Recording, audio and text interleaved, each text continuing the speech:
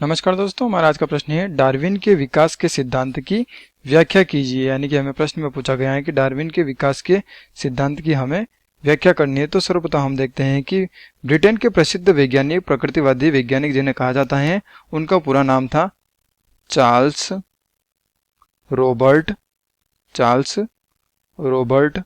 Darwin. क्या था? Charles Robert Darwin. यह ब्रिटेन के प्रकृतिवादी वैज्ञानिक थे और इन्होंने 20 वर्षों तक अध्ययन किया। कितने वर्षों तक? 20 वर्षों तक अध्ययन किया। लेमार्कवाद के बाद वैज्ञानिक लेमार्क ने एक वाद प्रस्तुत किया जिसे हम लेमार्कवाद कहते हैं, और उस लेमार्कवाद के बाद वैज्ञानिक चार्ल्स रॉबर्ट डार्विन ने एक वाद प्रस्तुत किया प्रकृति वर्ण को लेकर, और इसे हम डार्विनवाद या प्राकृतिक वर्णवाद के नाम से जानते हैं।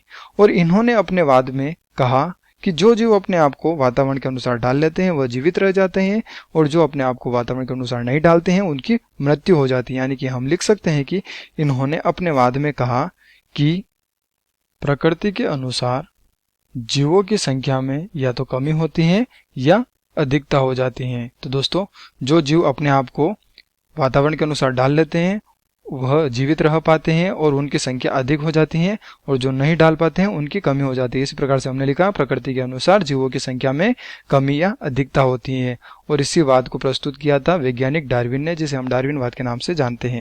आइए दोस्तों, हम इसे कथन के द्वारा सविस्तार जानें।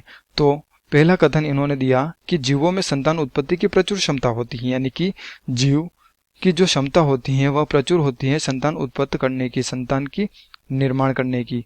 तो जैसे कि उदाहरण के लिए हम मान लेते हैं कि समुद्री सीप एक साल में यानी कि प्रति वर्ष 6 करोड़ से भी ज्यादा अंडे देती है। कितने?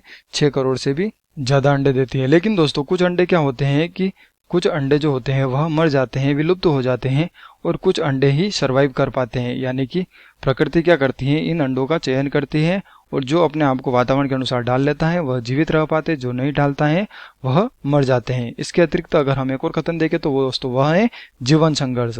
दोस्तों, जीवन को संघर्ष भी कहा गया है, जिसके कारण जीव को जल की आवश्यकता होती है, प्रकाश की आवश्यकता होती है, भोजन की आवश्यकता होती है, और एक रहने के लिए सुरक्षित स्थान की आवश्यकता होती है। ठीक है, और इन आवश्यकता की पूर्ति करने के लिए जीवों को संघर्ष करना पड़ता है। तो इसीलिए हमने देखा दूसरा कथन जीवन संघर्ष। इसके अंतर्गत कई प्रकार के संघर्ष आते हैं, जिसमें हम पहला लिखते हैं कि सजातीय संघर्ष। इसमें क्या होता है कि दो समान जातियों के बीच में संघर्ष होता है। ठीक है, दो समान जातियों के बीच में संघर्ष होता है। और इसके अतिरिक्त अगर हम दूसरा देखें तो अंतरजातीय संघर्ष।